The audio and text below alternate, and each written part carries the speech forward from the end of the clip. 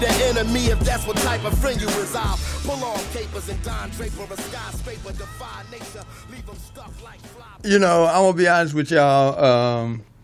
The first time I heard this, it was on a far inferior sound system, so I didn't really get all of the elements of the song that you were listening to by a brother that almost defies description.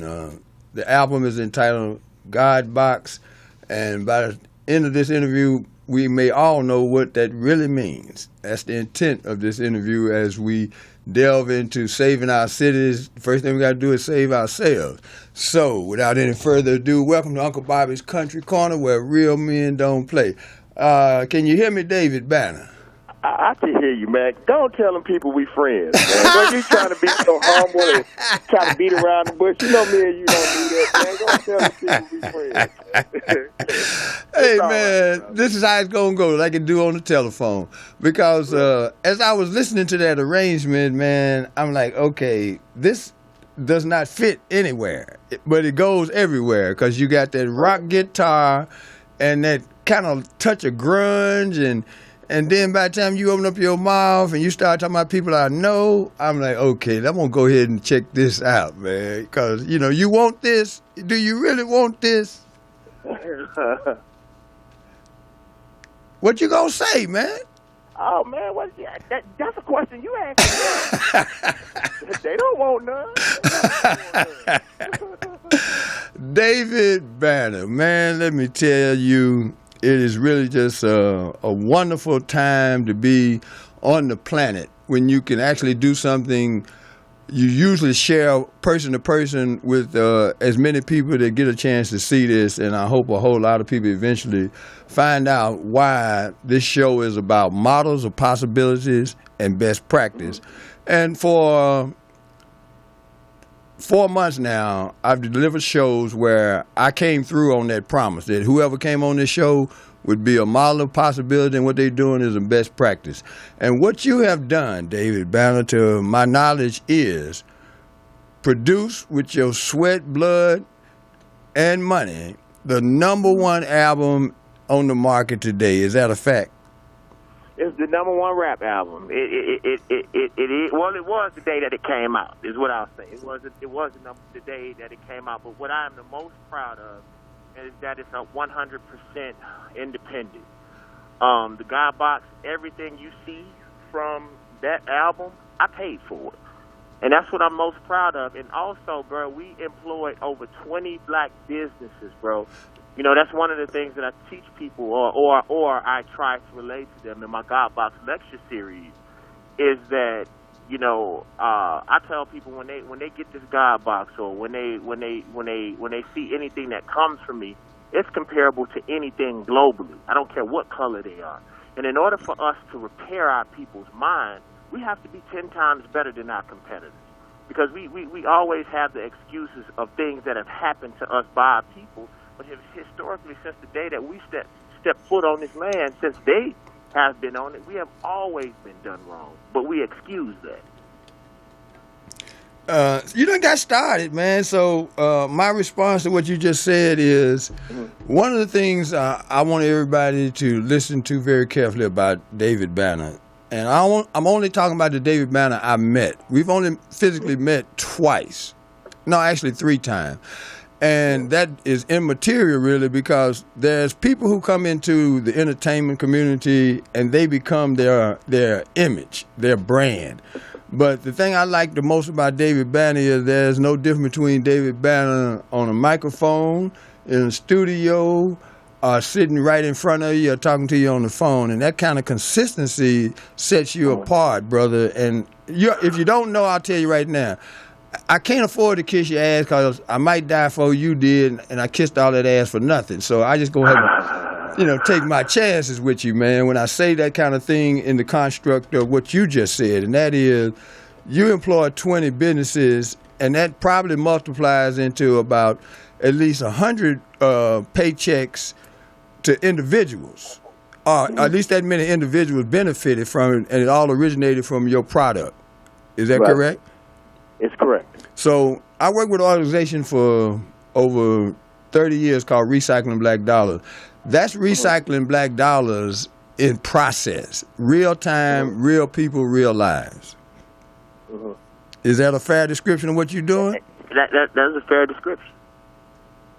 Now, why you getting all hush mouth, man? You know how to stretch out like no, bushes. I'm listening to you, brother. You building with the people, bro. Like, when it's your time, you taught me that, brother. When it's your time, it's your time. But when it's mine, damn it, it's mine.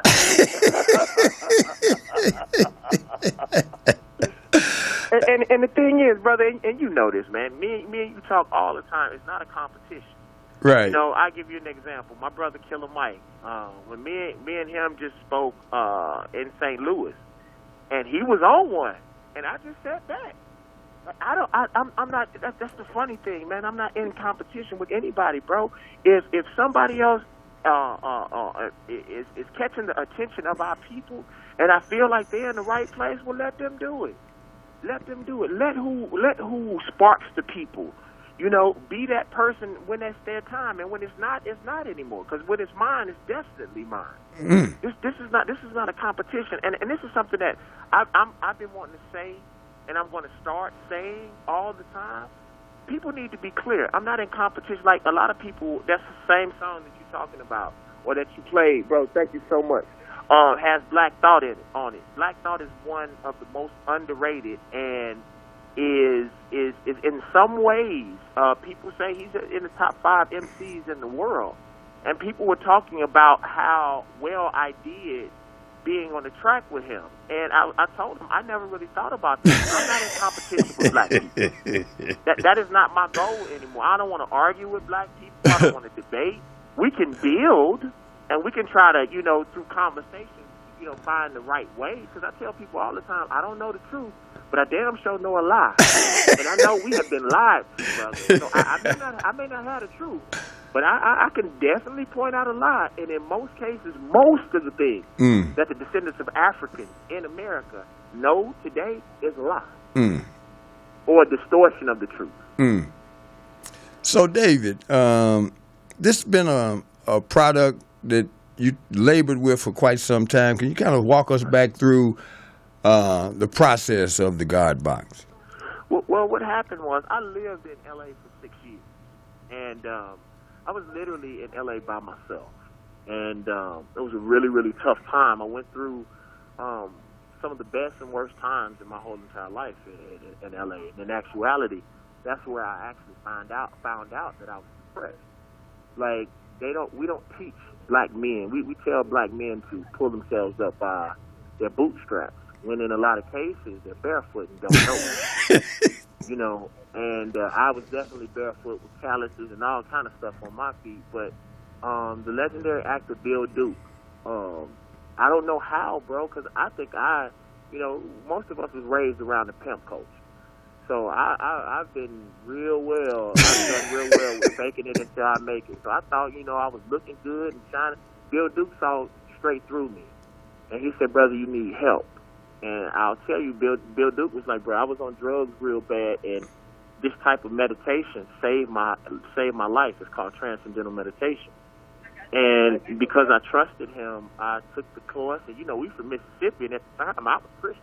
At that time I was Christian. So anything that ain't got nothing to do with Jesus, I'm scared of. But literally, I was dying, bro. I was dying, and I felt it. So anything that I could do that wouldn't sacrifice my manhood or directly my spirituality, I was willing to do it to get that pain off me, bro.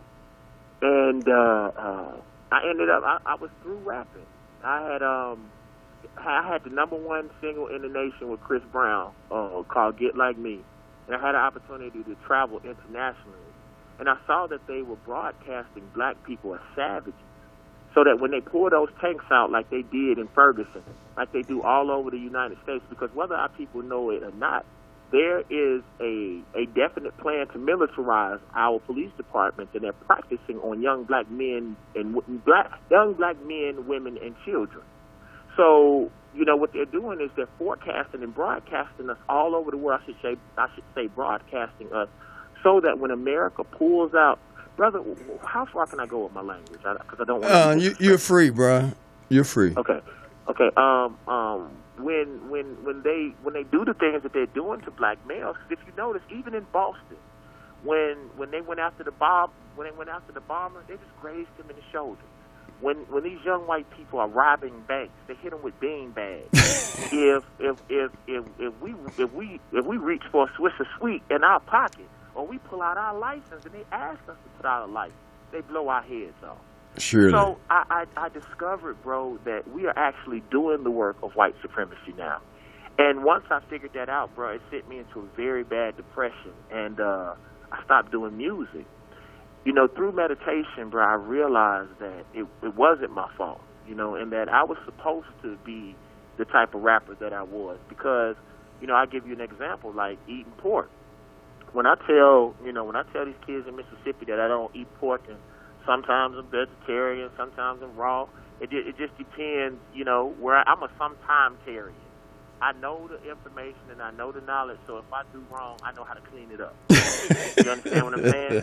So that's what the Most High put on me, is that, you know, the way that I used to be in these streets made me, or allowed it to be the conduit of my message to these children, because they big brothers and people that they know the old David Banner. So now that I'm meditating and floating and all that kind of stuff, the kids are quicker to listen to me only because they know who I used to be, and that I'm not talking down to them. I'm actually talking up to them because I raised the young gods. Well, you know, David, that part of your journey is almost undeniable. It's not almost, it's undeniable, because as I sit here and listen to you, I realize that every step that you took was along the way. And we're both from the South. I'm from Tennessee, you're from Mississippi, and it don't matter. Neither way, it is what it is. And for you to speak to the fact that we are challenged in ways that people don't even have to worry about, because it's never happened in the history of the world that people have had to go through what we had to go through for the last 500 years. And the effects of that will depress anybody. Yeah. Anybody, trust me, including me. I mean, I've had days that I knew what Marvin Gaye was talking about when he said, make you want to holler and throw up both your hands the way they do my life. And then to see you graduate from where he was at, in the fullness of your journey, and that's what the God Box represents musically, as I listen to what I've heard of it. Speak to that process again, because you got to the point where you took a different route, and then how did that lead closer to the completion of this project? Well, what it is this. I'll give people the example. About 2 years ago, I had an opportunity to travel to Tanzania, and me having the opportunity, or being blessed with the opportunity, or fortunate enough to step foot on the continent of Africa, I had a little bit different, I would say, epiphany than most people do. You know, most people go to the continent and say that it changed their life. It didn't change my life. What it was an affirmation that I wasn't crazy. Hold on, slow down. I gotta let that marinate for a second. Did you just say it did not move you in that way? It affirmed you. Is that what you said? I said it affirmed the fact that I wasn't crazy. Okay, all right. I just want to make sure I was hearing you. I've been feeling this way. I give people an example, and this is no way to be disrespectful to what anybody believes in from a religious standpoint. But I want to ask you a few questions, and through your answers, I think it will prove my point to people. Would you agree that kids have the purest souls on this earth? Yes. Okay, because they're just coming out of the essence. Yes. All right. So when a kid is interested in something, what does the kid do? It gravitates toward it. Exactly. It's vibrant. It's up. It's moving. It's shaking. It's trying to run to it, right? Exactly. When a kid is not interested in something, or it's not good for it, what does a small child usually do? Cry and make a lot of distractive noises to let you know they ain't satisfied with things. Or they fall asleep. Oh well, I guess I'm talking about my childhood, because if I didn't get my way, I started raising hell. So usually when a child is in church, what do? Go to sleep. Exactly. If it was good for their spirit, they would be up and moving, Well, they wanting to be a part of it. Well, Interesting. maybe they knew that they was getting tired for a reason, because they knew some bullshit was going on up here, so they just went on to sleep. Well, I didn't see it. No, I'll be honest. See, let me tell you something, bro. The reason why I don't do that, because a lot of our people, they would, because I personally think it's disrespectful for us to take the fact that we're blessed to be free, or at least start on a journey of freedom. And a lot of our people didn't have access to the information, nor did they have the opportunity to travel to the places that we are, or we have been. So I sort of feel like, bro, it's a detriment to ever tease or make fun of the fact that we were blessed to have a higher level of vision. And I think about the fact that my grandma died believing in a lie. That's not funny, brother. That hurts me. You know what I'm saying? Like, my grandmother was the type of person, if it wasn't in that Bible, even if God, him, her, or itself came out of the sky, she still wouldn't believe it. And my grandmother is dead. So the fact that mentally I'm at least what I believe on the road to being awake, or at least understanding that we've been believing in a lie. And the scary thing, a lot of this stuff we believe in is totally made up. It's not even true. But we've been so brainwashed in a lot of cases. We take the lie from somebody who has always historically lied to us and never cared about us. I'll give you another quick example. Would you agree that white people have never, ever wanted Africans on this earth? They didn't never wanted them physically on this earth. Would you agree with that? No, I don't know that to be an absolute fact. Not all white people. Brother, if you got like Muhammad Ali said, if you got 100 snakes and 100 snakes coming at you and 3 of them good, how you gonna move? historically, we don't have. Because I even give you an example with the laws in America. Anything that white people, and I'm not saying all white people are bad. You know, my godson is white, but he knows how I feel about the history of his people. Everywhere a white person has gone on this earth, they have either totally decimated or nearly wiped out the indigenous people of that land. And just because you got 2 or 3 good people from that group of people does not excuse what their race has historically done to this earth. Oh, that's not even a debate. I agree with you wholeheartedly on that part of it. Yeah. So my point. The point that I'm making is this: why, if we know that a group of people don't want us on this earth, why, as a whole, would they give us a key to heaven? It's not logical, B. It's not logical at all. And what happens in a lot of cases, even the white people who are good for us and to us don't understand that they're still vested in white supremacy. Because think about this. Bruh, if I took something from you that was stolen and a policeman caught me, what would they say that I was doing?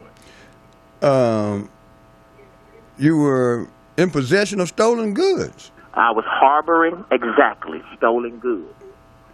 So the fact that white people are still harboring stolen goods, I bet you they won't get none of that power back. I bet you they won't give any of that land from the Homestead Act back. I bet you they're not doing nothing for Native Americans as a whole. Obama just gave $12 million for the Holocaust, and America had nothing to do with that. What about his own people? Well, that's a black thing right there, and that's a great way for us to pivot into my response to what you're saying. I happen to know a very few people that happen to be white, and just in terms of my personal relationships, it's far better than it is with people that I love that can't stand me for reasons that you just discussed in great detail. And that's where it gets tricky, because you can know certain things, and still when you walk out the door, you immediately are confronted with the outcome of all those hundreds of years, because you're dealing person to person in real time, your life, with somebody that's so broke up, they think the best thing they should do right now is shoot me in the head because I stepped on his toe. looked at him a certain kind of way. And we have been reduced to that kind of behavior. And I understand what you're saying, and that's why your music and your walk is so important, because it really makes it possible for somebody to say, you know what, everybody ain't gave up on living a productive life. But that's the amazing thing, and one of the reasons why I thought it was so important when we stepped on the show, for me to acknowledge the fact that not only do we have a working relationship, but I consider you a friend, because you and I showed, and the thing that I tell to all of the listeners, what's funny about me and this man right here, you would think that every time we got on the phone, it was about the movement, about the revolution. Me and this man get on the phone and talk like we've been knowing each other for longer than I was born. Country shit. and that is the relationship and the transferring of information that is needed. And, you know, what I'm learning is that the elders are supposed to be the brain, and the youth are supposed to be the body. The youth are supposed to embody the teachings of the elders, but because of chattel slavery and because of what the deprogramming of our people, we don't even respect or want to listen or learn from our elders. Like we said before, and the point that I was trying to make, we would rather learn a lie from people who have historically always been bad. Whew. I usually wouldn't do this on the telephone. I just keep talking because I'd finally get it right. But since we're doing this formally, I had to take a breath sometime and let everything you say sink in, because that's the joy of having a relationship with you, is I don't have to muffle my intelligence or my vocabulary, because you threw epiphany out there, and I said, well, if they don't know, they got to sound it out. Just sound it out. Well, and then I also learned that we do have to throw some new words out there every now and then, and that's something that I did with the God Box. That was the reason why I printed the lyrics out. Anthony Broder, who wrote the book that opened me up to consciousness, it's a book called From the Broder File. He said something that really made me push the God Box a little bit further. He said, David Banner, you know that book that touched your life? I wrote that book over 20 years ago. And he said, everywhere I go, people still want me to talk about that book. He said, for me, that book is kindergarten. He said, I'm in college now. I want to talk about the college stuff. I want to talk about the things that excite me right now. He did the first black excavation in Egypt. You know, those are the things that he wants to talk about. He said, but it's like I keep teaching kindergarten courses, and I want to move forward. Mm-hmm. So the thing that I said I was going to be, I want to be the male Harriet Tubman. I'll always go back to the beginning, but when I leave, I'm going to go all the way to the promised land, drop them folks off, and then come back. I'm not going to stay. I'm not going to stay down there. Like if you listen to my song Evil Knievel, I say, I will try to never leave you, but I ain't staying in pain for nobody. I visit you every now and then, but I mean, I'm sick of people acting like we need to be martyrs and we need to suffer. I used to think, man, I'm gonna die for my people. No, I'm not. I'm gonna live for my people. Because a very wise man told me. He said, you know, Martin and Malcolm failed, and I was like, well, what do you mean, bro? He said, because they died before they finished their task. And I was like, he said, let me ask you a question, Brother Banner. He said, if you're in a race, I don't care if you number one for the whole race. If you fall before you go across that finish line, what are you? You're still last. You have to finish. Trump and George Washington and all of these different people who are their leaders, they get to live till they old and gray. As a matter of fact, for the most part, I know there are certain exceptions to the rule, but Harriet Tubman is the only one I really know in a lot of cases that completed that journey. In a lot of cases. Arguably, we can find one or two people, but I think my point is still valid.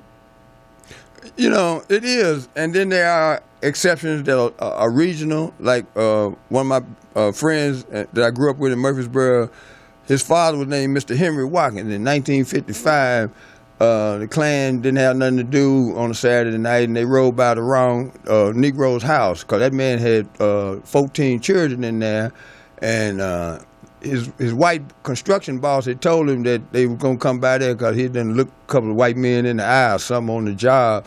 So he gave him his good shotgun. He got on the top of his roof. And when they came out there with all that, hooting and hollering that Klan stuff, and then lit up a couple crosses on his property. This is 1955. He cut that shotgun loose at them crackers, and they got away from around there, and it got back to everybody. Don't stop over at Mr. Henry Walker's house. They playing that bullshit, man. And he lived to be an old man. So there's some Harriet Tubman in a lot of us. We just ain't never connected the dots like that. And until we don't search for our property. Well, don't nobody keep putting it out there. You took over from Gil Scott without knowing it, Gil Scott Heron. You see what I mean? And before him, there was other messengers, and it just happened to be your turn, bro. And you seem like you all right with that. Yeah, I don't have a problem with it. The thing that I am learning now, man, and I hope anybody who's listening to me, who's going through similar struggles as you and I, and in our personal conversations, we talk about this. About life. One thing I'm going to do, what I'm going to do, bro, is I'm going to have some fun, too. Like, bro, I used to always think about being in the movement. I used to have to always be so serious and mean. Nah, bro, I'm going to kick it. Well, if you don't, it's going to kill you, man. That worration is a serial killer, man. Worration, man. Yeah, and you can't worry about it. You just got to enjoy what you do, and that's how we talk, and that's how we talking now. I enjoy knowing you because you're a busy man, and you're supposed to be busy because this clock runs out real quick, man. You see? You'll wake up 62 years old and say, God damn. Be mean, mad, and alone. It happened to me, bro. I wrote a short poem about it. I said, I chased my dreams so long and so hard that when I raised my head, I ran off and left everything else. Whew. Whew. Yeah. See, we could use that in my music world because I got a lot of fantastic first-rate musician friends. And I'm envisioning someday just making that happen where we just all sit down in a place where they got instruments and everything, and then we just say, hey, David, say that shit you said again, and then somebody gonna hit them drums, and that bass player and that piano player gonna get up under you, man. It's gonna be, oh my God, the world has never heard nothing like that, man. Yeah, bro, but it's time though. Well, you're doing it in your own fashion. See, the God Box is quite a stretch because what I've heard of it, it reflects the gap between my generation and the fact that they was already crazy about you anyway without me knowing anything about it, So I couldn't pretend that I was no real hip-hop fan. I just tried to find something I can connect to, and I actually listened to what you produced, and I'm like, okay, because I like a little bit of all kinds of music, as long as it's music, right? Yeah. You can't be hitting on some cans and shit and grabbing your crotch and telling me to sing along with you, man. I ain't gonna be there with about 2 minutes. Yeah. But the thing that I also learned about our children, man, I don't know whether it was a crack epidemic. I don't know whether it was Reagan or the Clinton family putting over 600,000 black men in jail. I don't really know what the direct connection is. But somewhere when our fathers got away from their children, that's when we lost the ability to play instruments. That's just one of them. Yeah. Yeah, I can't pinpoint exactly what happened, but for me, go ahead. Here's what you can do, man. Thank you for letting me, just riff like we do on the phone. It's not really cutting out because I just want a minute to just spice this up. You remember when you was here and I came by when you was doing the movie a few months ago and I brought the brother with me with the beard, Adonijah? Yeah. All right. He's done what you just said we don't talk enough about. He's got a 10-year-old son that plays 4 instruments and very well, okay? And he's a part of what they call the Fernando Pullen Performing Arts Academy, right? These kids is swinging, funking the whole shot from like 10 to about 16, and they coming hard, man, real hard. And it's because Adonijah went and got his son about 4 years ago and said, you know what? This is my son. Right. And I'm gonna make sure that he gets a chance to learn how to do things. That boy has never ate flesh in his life. Okay, Right. He's just a great kid. He knows karate. I mean, this boy do everything you would want your son to do. This man has sacrificed his time to do it. So when we look at the possibilities, I'm talking to one. I'm talking about one. And when we add enough of those folks together, we can at least do what we do to a larger audience, and it might catch on, man, because it used to be that way, that we raised children not just as fathers and sons, but as a community. You know, you saw a kid, man, you're like, come on, son, you ain't, you know, you're shooting too low. You're shooting too low. You know, you heard that all over the place, and now we're afraid to engage, it seems. I agree with you, and the fact that we're not engaging with our children is our fault. Absolutely. It's not anybody else's, any other races of people responsibility to engage with our children. Absolutely. So the fact that we have grown men who are afraid to engage with their sons is part of the problem. Big part. Bro. When I went to Ferguson, bro, that was the biggest thing that those children were saying. Like, we're out here fighting by ourselves. Like, we're our elders. Like, the elders are coming out here, and I'm not saying that nobody was out there, but the kids were like, as soon as the sun goes down, like, where are they at? You know, most of them kids learn how to wipe the tear gas out of their face and how to prevent all the things that they were happening from off of YouTube from freedom fighters all over the world. And I'm going to tell you, bro, I'm going to be honest with you. A lot of people say that these children are lost, but you know, bro, you came to one of my lectures. Man, kids come to my, it was 1,000 people. No, it was close to 1,500. Yeah, it was, but a lot of them was outside, brother, and I didn't even know it until after it was over. Well, I'm just telling you how big it was, man, not to kiss your ass, but it was 1,500 of them, set a record. Yeah. But the thing is, you saw how many children were out there. Bro, they're waiting for guidance, bro. And I think a lot of times we give up on these children. Peace, King, peace. We give up on these children without giving them an opportunity, or at least trying to engage with them, man. They're ready, bro. I promise you they are. And I know you know that. Well, I think we are ready, you know, because we might well just have the open part of the conversation. The intrigue we're experiencing right now is how do we do it? Not if we do it, how do we do it? Right. Because I was talking to some brothers in Chicago earlier today that you will get to know. You've already spoken with Wendell Stimley, and some of the things that we, you know, just talked about with both of y'all being Southern graduates, you know, that's more than something going on down there. It was going down there at school because there was other greatness associated with Southern University over the years, and the band and the football team. Even y'all had some good basketball teams from time to time. Yeah. You know, y'all never beat Tennessee State, but y'all was all right, man. You know. Hilarious. Well, I mean, that may be the case in basketball, but Tennessee State ain't never scratched on you know, that boombox down there. That's Southern. I think we all can agree with that. No, you can agree with that because you don't. You're not showing proper respect to the aristocrats of soul. Okay, that's who Tennessee State University was. I mean, aristocrats is a great word. You know, for them type of people, yeah, I may feel that. But I'm talking about the folks with their soul. No, but let me tell you something though. That's not fair though. It sure ain't.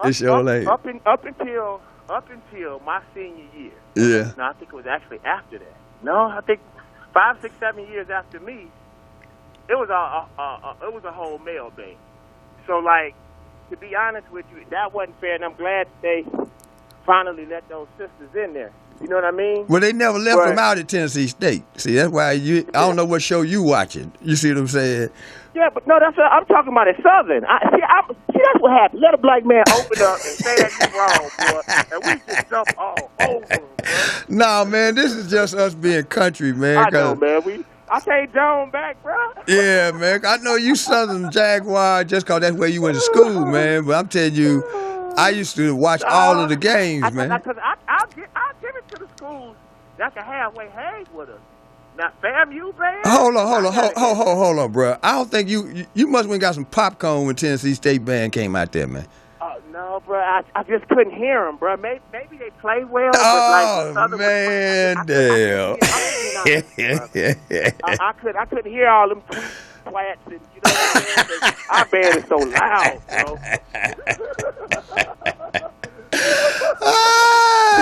This is what we do on the phone. I'm telling you, man. I know. This is the show, man. This is Uncle Bobby's Country Corner, man. I mean, who else would you rather be than you?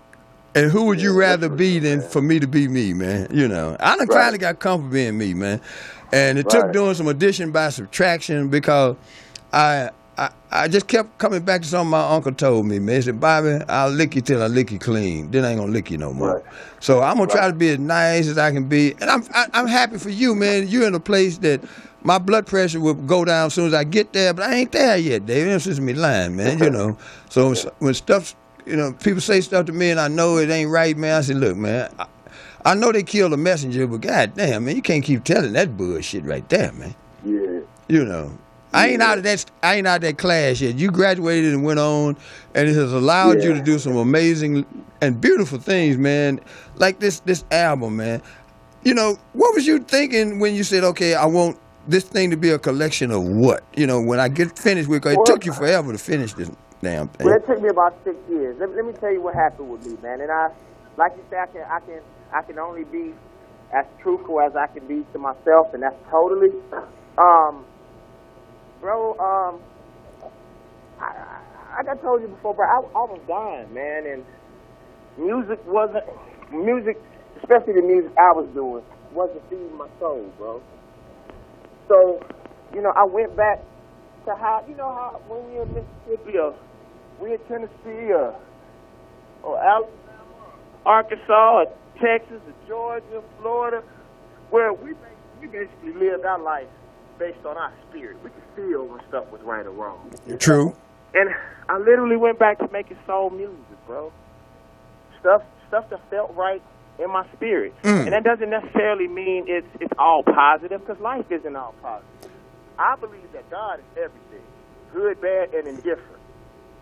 There's just certain things as a mini God you're not supposed to do, or you don't have the capacity to do yet.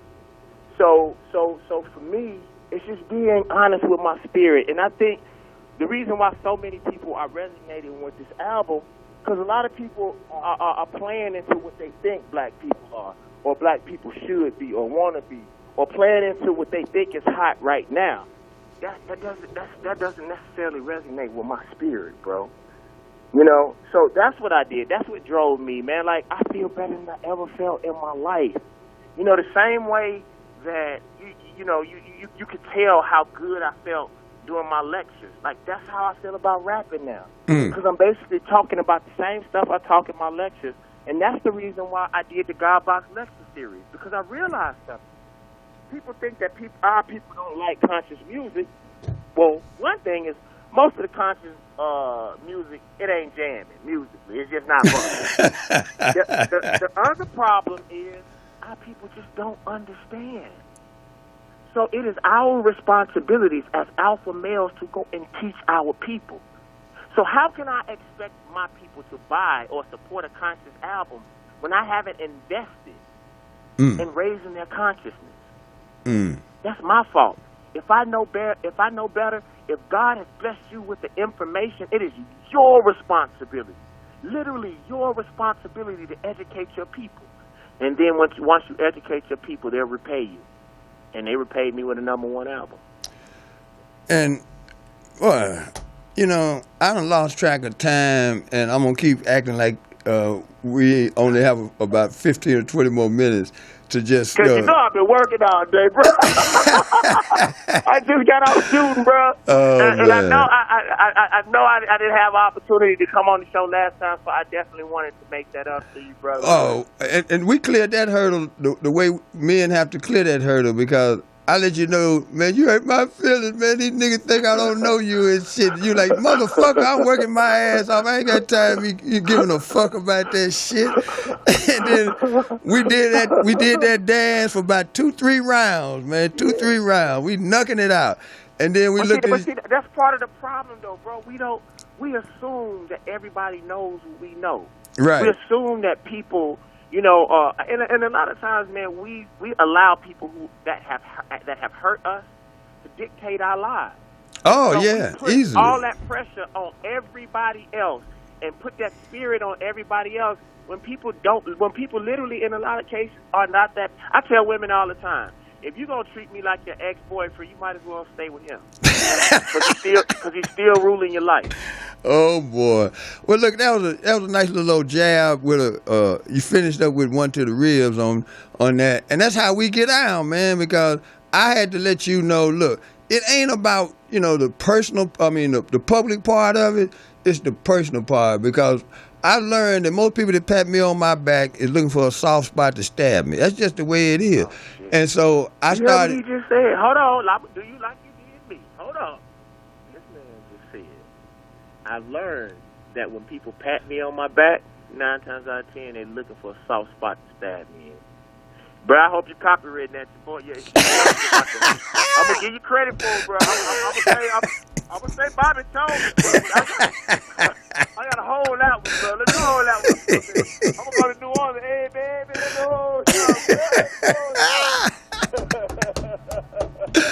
you. Man, look, this is some, I think, millennial stuff, and it's monumental in this way. You and I have a rhythm that's predicated on our ancestry and the full knowledge of that, right? Because you remind me of spirits, man, people that I know very well. And one of the things that you did that manifest my confidence in you was when they came at Jim Brown, and Jim has told me not to defend him, and I told you how I felt about that. I'm not defending anybody, but if you come at certain people that I know should never be measured by what you measure them by, man, I'm gonna speak on that, and I'm gonna act like I'm mad. Bro, that's how we was raised. Yeah, man.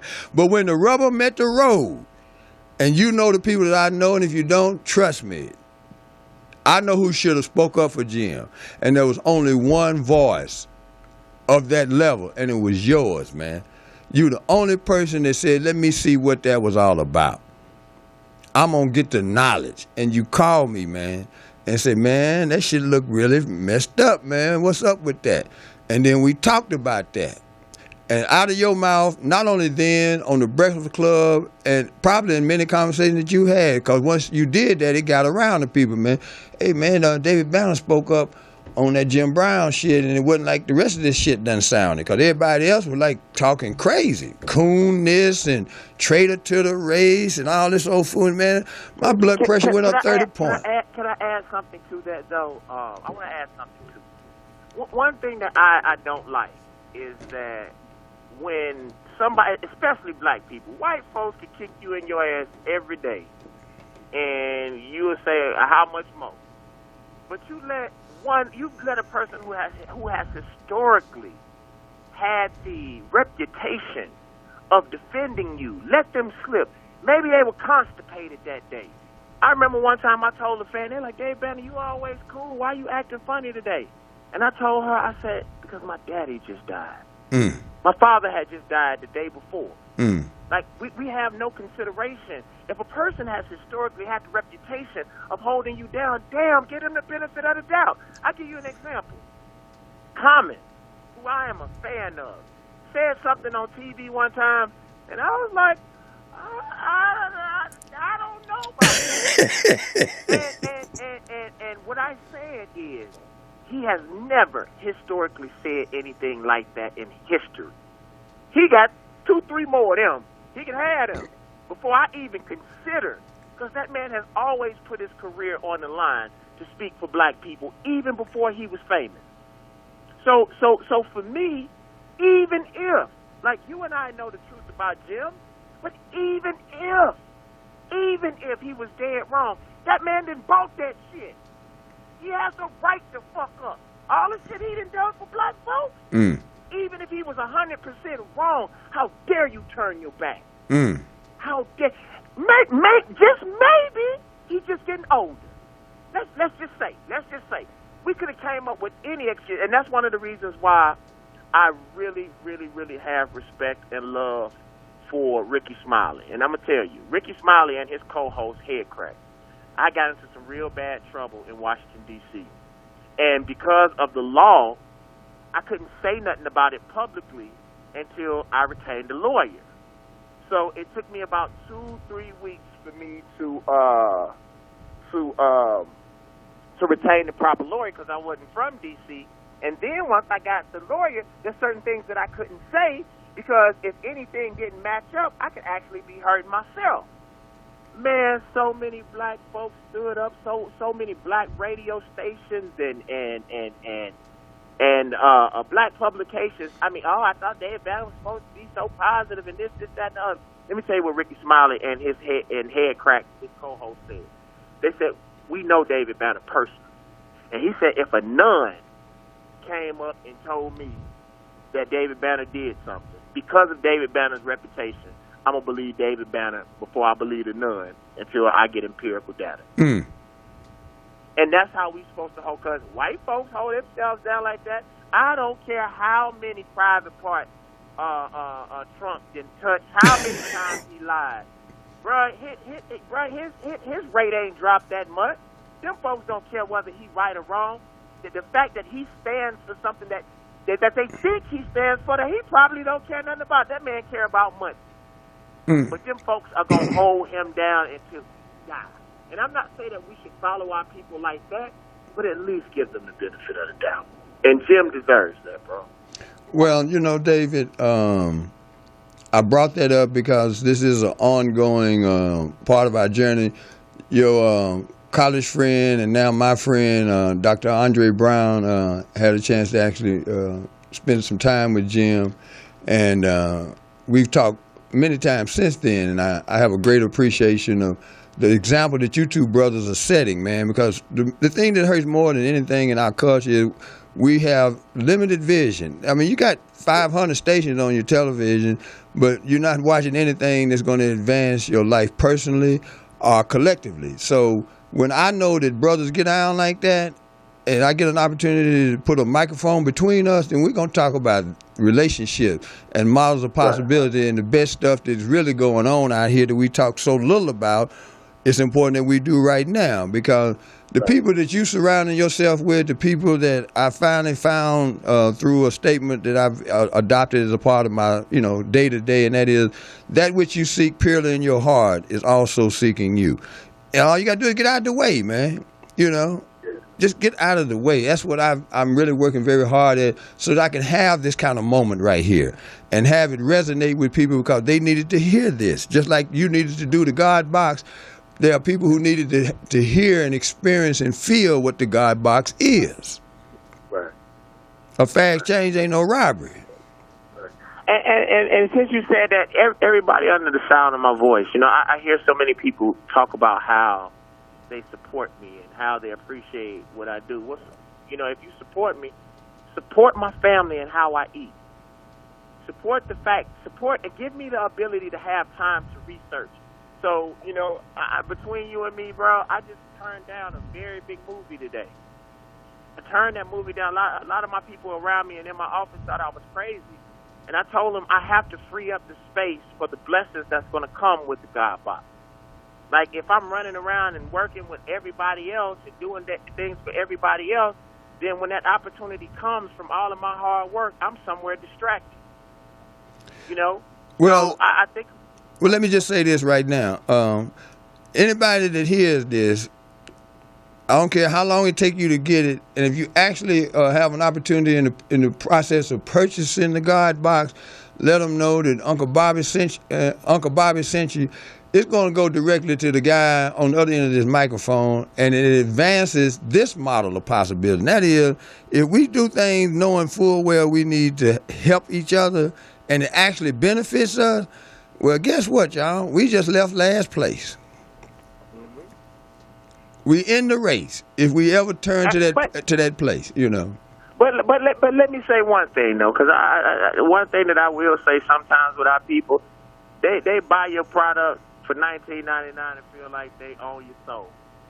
What I tell people is, when you purchase this album, not only are you supporting an artist who has funded this album 100% himself, but you getting some of the best music that has came out in recent times. and I'm not saying that from an ego standpoint. I'm saying it from the fact of somebody who's been making music very well at a high level, and I think it's something that we can be proud of. Man, Bobby, one of the things that made me feel good, I went on Instagram, and it was a father and a son bumping my song called Amy. It's actually A My Nigga. And the hook goes, A my nigga, why you call yourself that? You're supposed to be a god. You know? And to see a father and a son bump that music, and both of them, like, oh man, you just said that. It's like the bridge between generations, and one that feels good. So I want people to know, yeah, I want you to buy it and support me, but you gonna get a product. Ain't one. So don't think you're giving me charity. I don't want charity. We from the country. Let me tell you something, brother. One of my mentors told me. My mentor said, free is too expensive. Freedom is too expensive. No, not freedom. Free. When somebody give you something free, nobody give you nothing free. Everybody gets something. Yeah, that's true, man. But you know, the only thing I can say about how you you're meshing, you know, all these different elements. You know, people don't necessarily know you a few hours away from your masters, but you just innately smart. But it's different when you take classes and stuff, man. It just widens up the world for you and gives you more opportunities to figure your own way. And having said that, the only thing I can say musically you need to do is just get a little bit more of that Tennessee State, you know, kind of, you know, thing. You know what, brother? Okay, so you're actually right about that, Bobby, because my album is a little bit too bumping and it's breaking speakers and stuff. Oh, man, no, I wouldn't. No, I ain't talking like that. No, that ain't what I'm saying. I'm saying you just need to have one song on there to just go down through my alley, because you remember when you saw Jay, what's his name, Jay, the comedian, Jay Anthony Brown. No, it was Cedric the Entertainer when he did his comedy thing, because his daughter went to Tennessee State and they came in there, dun, dun, dun, dun, dun. You didn't see that? Well, yeah, I saw it, but that was charity, though. No, you're missing the point, man. That was bumping, man. They came in there bumping, man. So you trying not to give my people stuff. You had me up against the rope. Come on,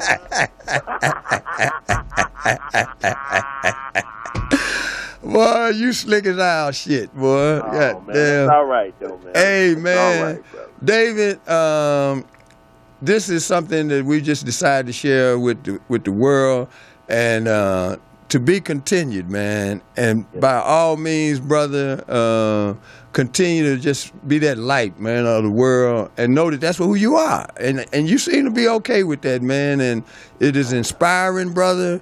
And man, thank you for coming on the show, man. Thank you, brother. Can I leave them with a message, please, brother? By all means. The only thing that I ask, man, is if you know, I never tell people that I'm a leader. You know, I can speak pretty well. I'm not afraid to speak my mind, and people gravitate to that, and that's fine. If it's my time to lead, and that's what the Most High sees, then I'll do that. And when it's time for me to follow, I'm just as quick to do that. But the one thing that I have a problem with leadership is a lot of times leadership is black people's excuse for them not to do the work. They put the pressure on the people who they consider leaders, and then they walk off and leave them. Like, I need people, if I am putting my life on the line, and I have, my life's been threatened 2 times, and if I continue talking the way that I am, it's going to be 2 more times. But the difference between me and the rest of these folks, I keep a pistol. And 4.5 knives. I'm from Mississippi. That's just how I was raised. So one thing y'all gonna know about me is I shoot back. I do, and I ain't afraid of it. But that's not the point. I just don't want our people to back up from me. Like, you know, they give you all these accolades and they put you in these powerful positions, and then we walk away.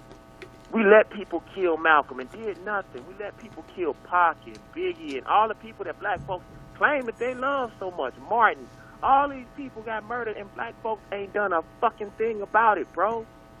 There's no way. Like, I tell people that all the time. I don't want to be your leader, because you leave all your leaders dead and don't do shit about it.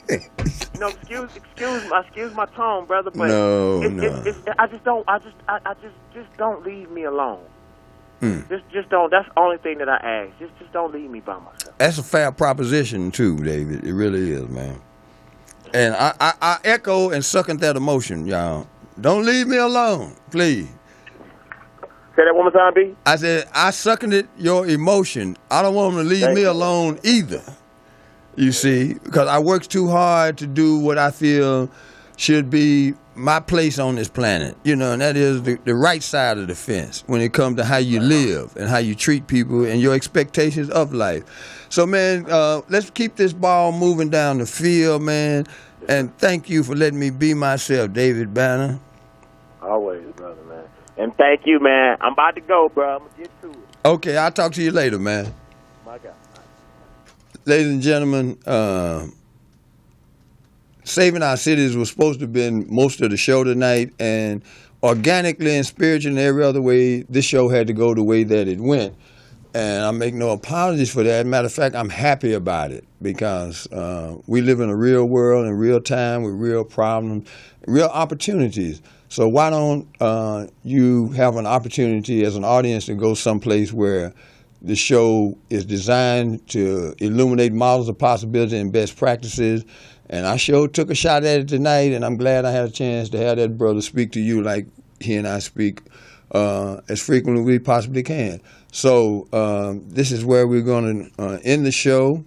And I want you to know this bottle that I have, I'm busted enough of them, but I finally brought y'all my secret elixir. It's called this Kangen water, change your life. And y'all come back next week, and we're going to have a real humdinger of a show. But for right now, again, thank you for letting me be myself. And for Morris Media Studios, take us on out of here, OG.